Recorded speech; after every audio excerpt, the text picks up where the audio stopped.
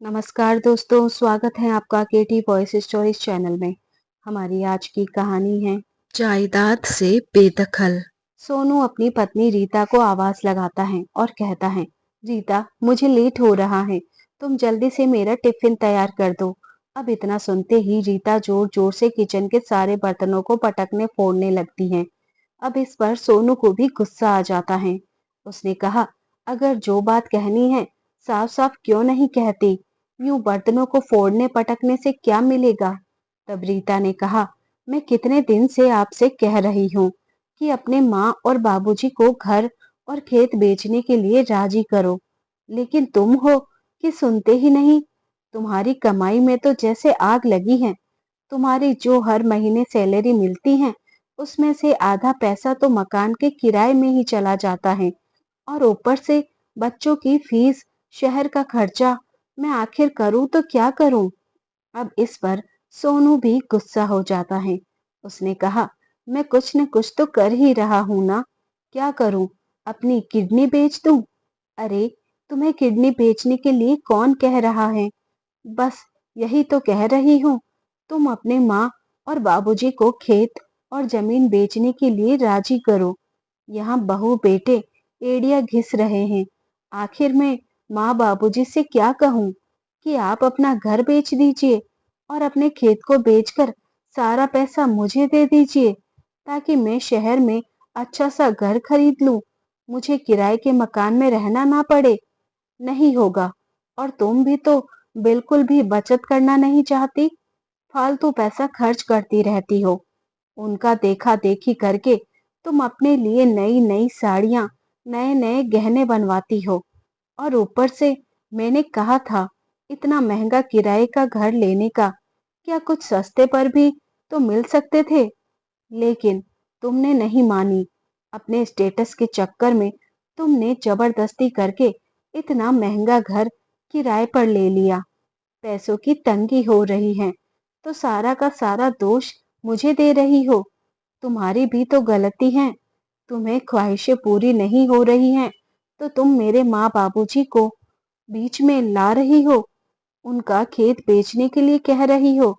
अब इस पर रीता बुरी तरह से भड़क जाती हैं और कहती हैं, जब शादी करने आए थे तब नहीं दिखा कि मैं कैसे खानदान से हूँ। मेरे पिता की दोस्ती तुम्हारे पिता से थी, जिसकी वजह से मेरी शादी तुमसे हो गई। हमें शांति से रहना है तो माँ बाबूजी से बात करनी होगी। एक दिन तो रीता ने सोनू को धमका तक दिया, बीवी बच्चों और माँ बाप में से किसी एक को चुनो।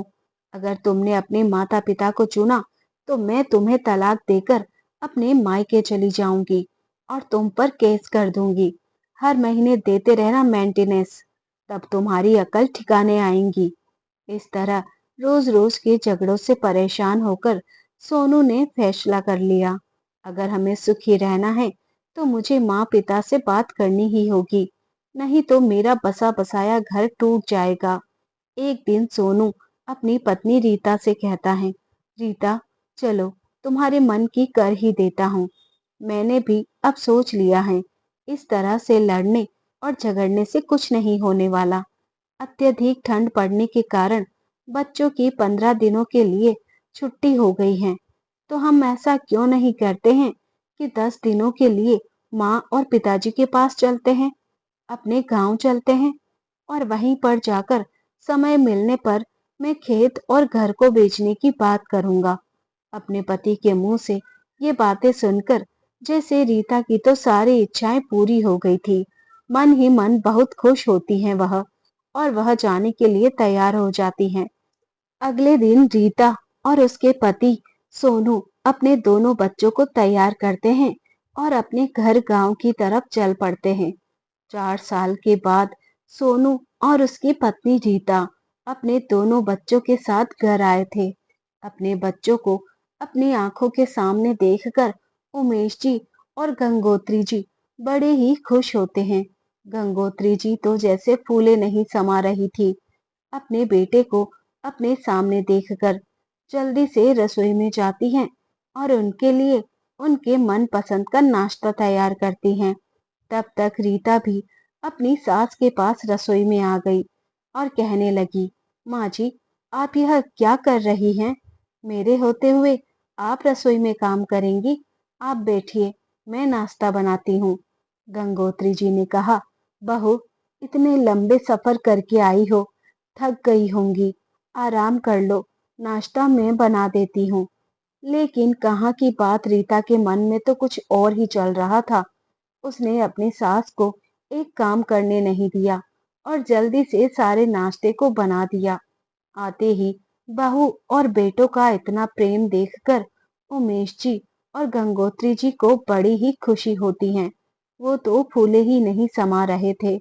वो आपस में यही कह रहे थे कि मैंने तो सोचा था कि सोनू शहर में जाकर शहर का ही होकर रह जाएगा, हमारे दिए गए संस्कारों को भूल जाएगा, अपने पिताजी के साथ बहुत ही अच्छा व्यवहार करता, हर काम में उनकी मदद करता, उनकी सेवा करता, अपने पिता के साथ रोज खेत पर जाया करता, खेत का काम मिलजुल कर करवाया करता, सारे मजदूरों को वो खुद खोज कर लाता और खेत के कामों में लगाता।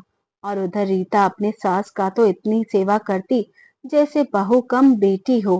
सारा दिन माजी माजी करके आगे पीछे घूमा करती, नए नए अच्छे अच्छे पकवान बनाकर खिलाती, रोज सुबह शाम अपनी सासू माँ को तेल लगाती, उनके पैर दबाती, उनके बालों को बांधती, चोटी करती, बड़े ही जी जान से अपनी सास की सेवा कर रही थी और मीठी मीठी बातों में फुसलाकर अपनी सास से गहनों, रुपयों, पैसों की जानकारी ले रही थी।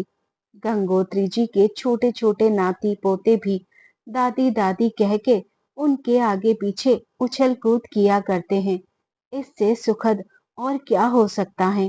गंगोत्री जी मन ही मन सोचने लगती हैं, इतने कष्टों से हमने सोनू को पाला पोसा, आज हमें उसका फल मिल रहा है।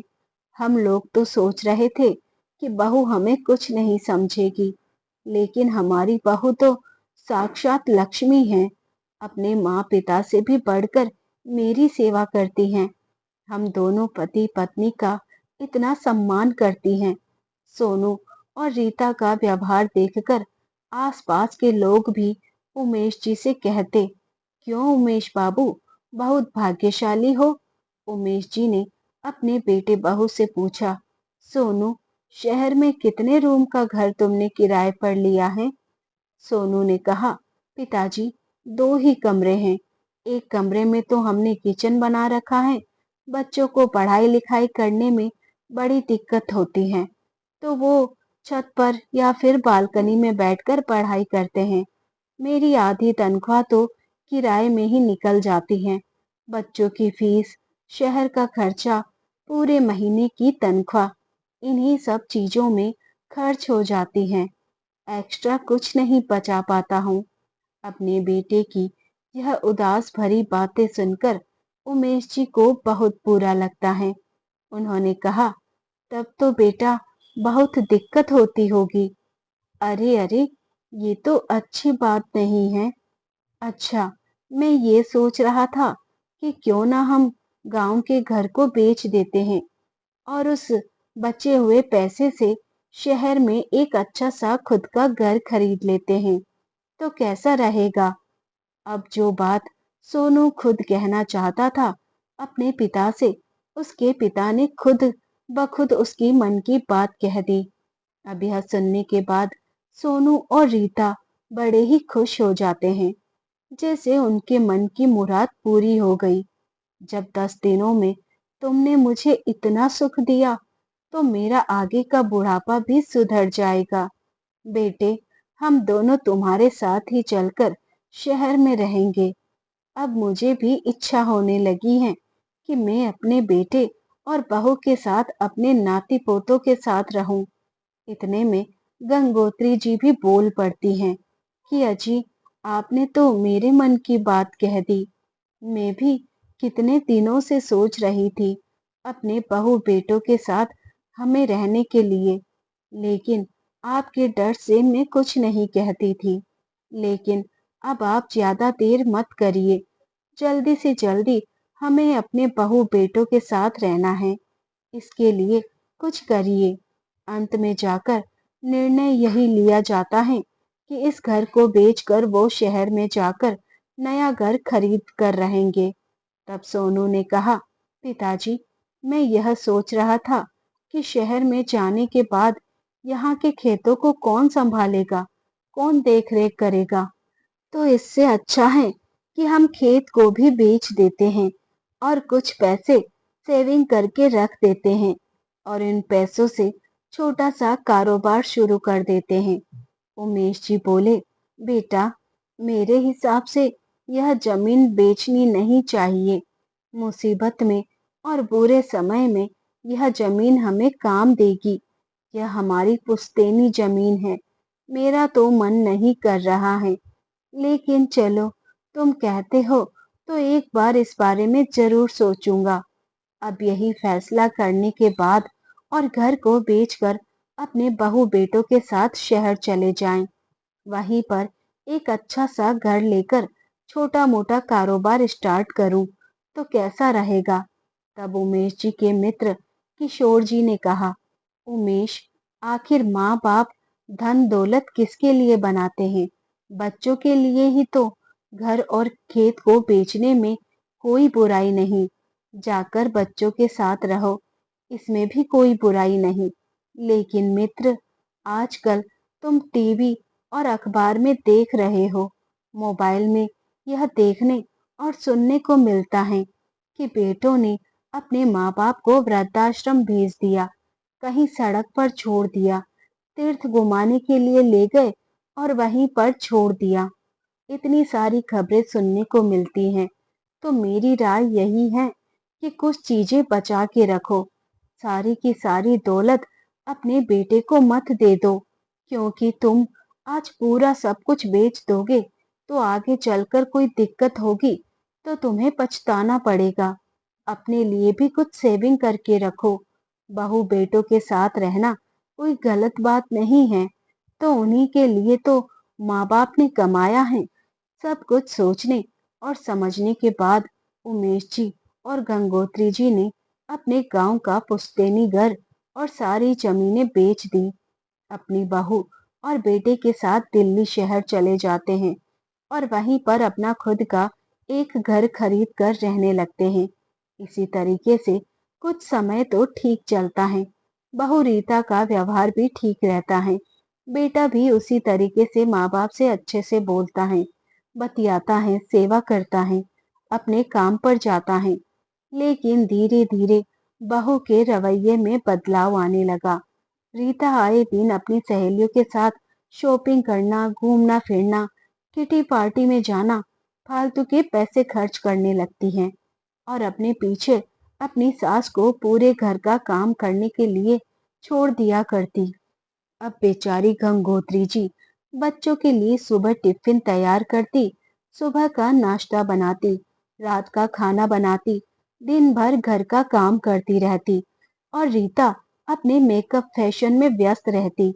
यह सारी चीजें देखकर उमेश जी को बहुत बुरा लगता है और उन्होंने अपनी बहू से कहा, बहू, तुम्हारी सास दिन भर काम करते करते थक जाती हैं और तुम हो कि घूमने फिरने में ही अपना समय नष्ट करती हो और ऊपर से फिजूल खर्ची करती रहती हो।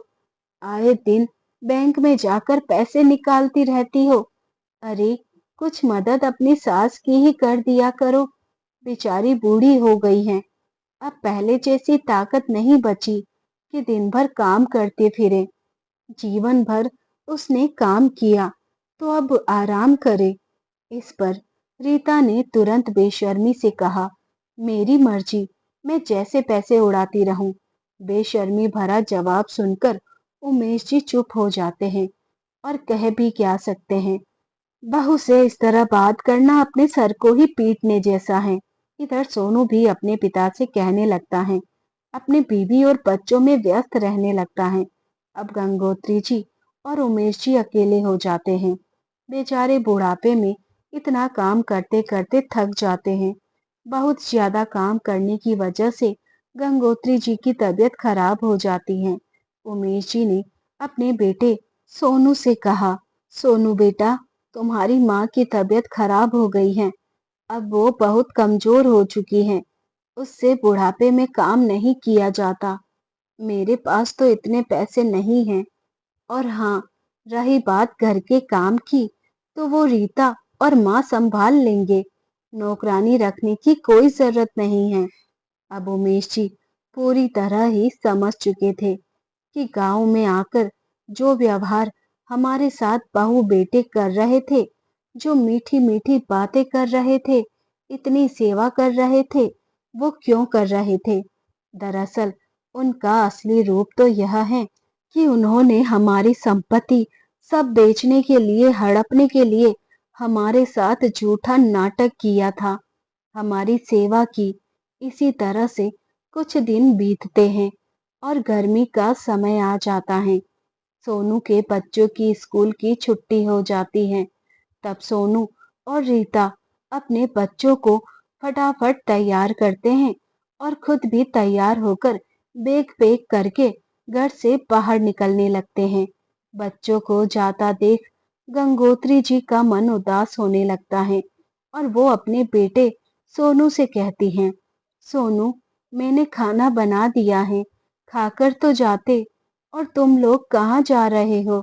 तब सोनू ने कहा, माँ, बच्चों की छुट्टियां हो गई हैं, तो हमने सोचा कहीं बाहर घूम आते हैं। आप लोग अपना ख्याल रखिएगा। हम लोग कुछ दिनों के लिए घूमने जा रहे हैं, घूम कर जल्दी ही चले आएंगे। इस पर उमेश जी बोल पड़े, तुम्हारी माँ को दवाई कराने के लिए तुम्हारे पास पैसे नहीं थे, आज घूमने के लिए और बहू को गिफ्ट में सोने का हार देने के लिए पैसे हो गए, लेकिन माँ की दवाई के लिए पैसे नहीं थे, नौकरानी रखने के लिए पैसे नहीं थे। अभी उमेश जी की बात पूरी हुई नहीं थी कि रीता बीच में ही कूद पड़ी। पिताजी, अब हम लोगों का खुशी से रहना आपको देखा नहीं जाता? अपने ही बच्चों को नजर लगा रहे हैं, आपको शर्म नहीं आती?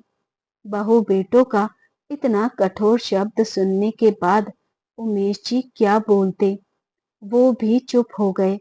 अब रीता और सोनू बच्चों को लेकर गाड़ी में आ जाते हैं और गाड़ी में सारा सामान रखने लगते हैं।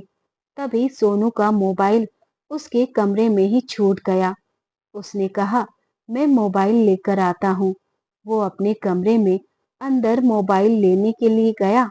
तब गंगोत्री जी ने देखा बेटे और बहू बिना खाए पिए घर से बाहर निकल रहे हैं, तो उनके लिए थोड़ा सा खाना पैक कर देती हूँ। बेचारे नन्हे नन्हे बच्चे भूखे पेट कब तक रहेंगे?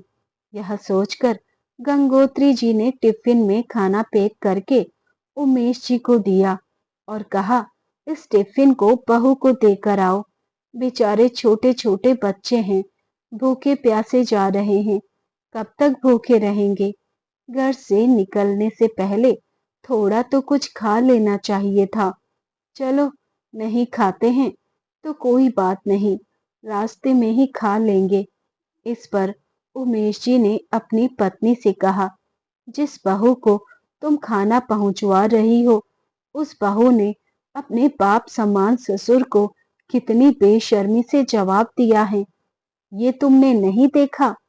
मेरा तो मन नहीं करता उनको खाना और टिफिन देने का। अगर तुम्हें देना है तो जाकर तुम ही दो। और ऐसे भी वो भूखे नहीं रहने वाले, रास्ते में कुछ खरीद कर खा लेंगे। जब वो घूमने के लिए जा रहे हैं तो खाने के लिए पैसे नहीं रहेंगे क्या उनके पास? लेकिन फिर भी ना चाहते हुए भी उमेश जी उस टिफिन को लेकर अपने बेटे को देने के लिए उसके कमरे में जाते हैं। जैसे ही कमरे के बाहर पहुंचते हैं तो वो ठिठक जाते हैं। सामने से सोनू फोन पर अपने दोस्त से बातें कर रहा होता है। अरे यार, क्या करूं, मेरे घर में आए दिन कलह हो रहा है। रीता माँ बाबूजी को लेकर बड़ी ही परेशान है। वो कहती हैं कि अपने माँ बाबूजी को वृद्धाश्रम छोड़ दो। अब धीरे धीरे उनसे काम नहीं हो रहा।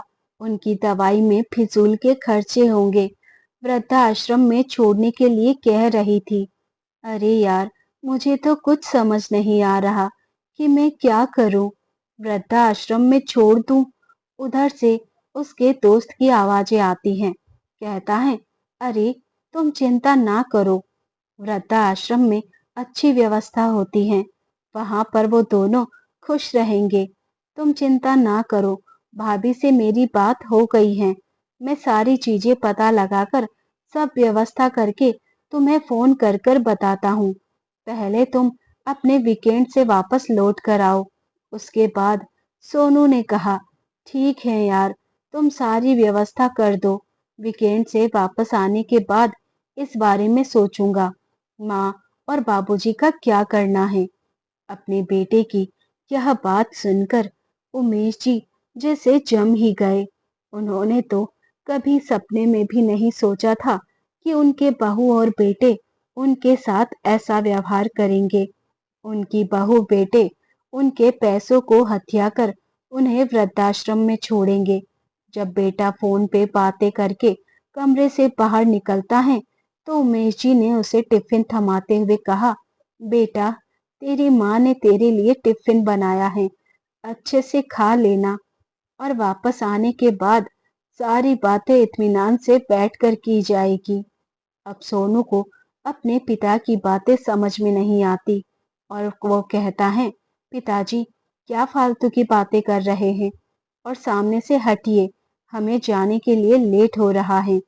अब सोनू उस टिफिन को लेकर गाड़ी में जाकर बैठ जाता है और अपनी पत्नी और बच्चों को लेकर चला जाता है। उमेश जी के मन में तो वो सारी चीजें गूंज रही थी और निढाल आकर कुर्सी पर बैठ जाते हैं। गंगोत्री जी अपने पति को इतना उदास देखती हैं। अरे, बेटे और बहू कुछ ही दिनों के लिए तो बाहर गए हैं, वापस आ जाएंगे, इतना परेशान क्यों हो रहे हैं। इस पर उमेश जी तुरंत अपनी पत्नी से कहते हैं, तुम्हारी आंखों पर तो ममता की पट्टी बंधी हुई है, तुम कुछ साफ साफ देख नहीं पा रही हो। जो मैं अभी तुम्हें बताऊंगा ना, उसे सुनकर तुम्हारे होश ठिकाने आ जाएंगे। अब इस पर गंगोत्री जी को कुछ समझ नहीं आता। उन्होंने कहा, क्या बात है, बताइए तो सही। तुम्हें पता भी है बहू और बेटे जो बाहर घूमने गए हैं, जब घूमकर आएंगे ना तो हम लोगों को वृद्धाश्रम में छोड़ देंगे। ये सब उन सब की चाल थी। वो तो सिर्फ हमारी सेवा इसलिए कर रहे थे ताकि वो हमारा खेत और घर हथिया सके, उसको बेचकर शहर में ऐशो आराम से रह सके, अपना खुद का घर खरीद सके। उन्होंने हमारा इस्तेमाल किया है। उन्होंने तो दुश्मनों से बढ़कर हमारे साथ छल किया है। यह सुनने के बाद गंगोत्री जी के पैरों के नीचे से जैसे जमीन ही खिसक गई। वो तुरंत सर पकड़कर जमीन पर बैठ गए और फूट फूट कर रोने लगी, अपनी परवरिश को कोसने लगी। तब उमेश जी ने उन्हें चुप कराते हुए कहा, भाग्यवान, तुम चुप हो जाओ। जब तक मैं जिंदा हूँ तुम्हें कोई चिंता करने की जरूरत नहीं है। आगे जो मैं करूंगा तुम देखना क्या करता हूँ। एक हफ्ते बाद सोनू और सोनू की पत्नी रीता अपनी छुट्टियां मनाकर बच्चों के साथ वापस घर आते हैं। जैसे ही घर आते हैं, घर का दरवाजा खोलते ही 4-5 लड़कियों को अपने बालकनी और घर में टहलते हुए देखते हैं तो रीता बड़ा परेशान होती है। कहती हैं कि अरे सोनू, ये देखो, घर में ये लड़कियां कैसी। सोनू भी यह देखकर चौंक जाता है। उसने उन लड़कियों में से एक लड़की से पूछा कि आप लोग मेरे घर में कहाँ से और मेरे घर में क्या कर रही हैं? किसी ने आपको रोका नहीं? और माँ बाबूजी कहाँ हैं? तब उस लड़की ने कहा। यह सुनते ही रीता और सोनू आग बबूला हो जाते हैं और अपने पिता को जोर जोर से पुकारने लगते हैं। घर के अंदर से उमेश जी आते हैं और कहते हैं, क्या हुआ, क्यों चिल्ला रहे हो तुम लोग। इतने में रीता बोल पड़ी कि बाबूजी, आपको शर्म नहीं आती, हमसे बिना पूछे आपने घर को किराए पर चढ़ा दिया। आपकी हिम्मत कैसे हुई ऐसा करने की? उमेश जी ने तुरंत जवाब दिया, बहू, पहले तो तुम तमीज से बात करो, और जो ये घर घर कर रखी हो ना, ये घर तुम्हारा नहीं, मेरा है। सोनू ने कहा, अरे अरे, ऐसे कैसे? ये घर तो मेरे नाम है, और आज आप लोगों ने जो हरकत की है ना, इसके लिए मैं अभी के अभी आप लोगों को इस घर से धक्के मार कर निकालूंगा और वृद्धाश्रम में लेकर छुआकर छोड़ आऊंगा। उमेश जी तुरंत बोले, अरे, तुम क्या मुझे वृद्धाश्रम छोड़ोगे? निकलोगे तो तुम लोग इस घर से। रीता ने कहा, बाबूजी, आप भूल रहे हैं, यह घर हमारा है, हमने खरीदा है। हंसते हुए उमेश जी ने कहा कि बहू, तुम शायद भूल रही हो, जब यह घर खरीदा जा रहा था तो कुछ पैसे बचाने के चक्कर में, टैक्स बचाने के चक्कर में महिला सीनियर सिटीजन के नाम पर रजिस्ट्री करवाई गई थी। वो तुम्हारी माँ के नाम है। यह घर तुम्हारी माँ के नाम खरीदा गया है। अपने पिता की बातें सुनकर दोनों बहू बेटे हक्के बक्के रह जाते हैं। अंदर से गंगोत्री जी भी निकल आती हैं और कहती हैं, तुरंत सोनू को एक थप्पड़ जड़ते हुए बोलती हैं, अरे, तो जैसी औलाद से तो बे औलाद होना ही अच्छा है। अपना तो यह घर उनके वयस्क होने पर उन्हें मिल जाएगा। जिस तरह से किराए का रूम लेकर रह रहे थे, उसी तरह से किराए का रूम लेकर रहो। अपना सब कुछ बेच बाच कर हम लोग तुम्हारे भरोसे यहाँ आ गए, और नालायक कहीं के अपनी पत्नी के मोह में आकर हमें वृद्धाश्रम छोड़ने चला है। अपना सारा सामान पड़ा है, और जाओ उठाकर यहाँ से चलते बनो। अब रीता और सोनू अपने बच्चों सहित अपने सारे सामान को लेकर यहाँ से चले गए। जो बच्चे धन दौलत की चाह में अपने माता पिता को ठुकरा देते हैं, उनसे बड़ा अभागा इस दुनिया में और कोई नहीं है। वो खुद माता पिता रूपी परमात्मा को ठुकरा रहे हैं। सोनू जैसे बेटे कल तक अपने माँ बाप को उनकी जायदाद से, उनके घर से बेदखल करना चाहते थे। आज वही बेटे उस घर को छोड़कर जा रहे थे। जिस तरह का व्यवहार उन्होंने अपने माता पिता से किया, वैसा ही उन्हें मिला। प्रिय दोस्तों, उमेश जी और गंगोत्री जी ने उनके साथ जो किया, वो ठीक था या नहीं, कमेंट में हमें ज़रूर बताइएगा। अगर आपको मेरी यह कहानी पसंद आई है, तो आप हमारे चैनल को सब्सक्राइब कर लीजिए, लाइक करिए। मिलती हूँ जल्द ही एक नई कहानी के साथ। तब तक आप अपना ख्याल रखिए। वीडियो को अपनी फैमिली और दोस्तों के साथ शेयर करना ना भूलें। धन्यवाद।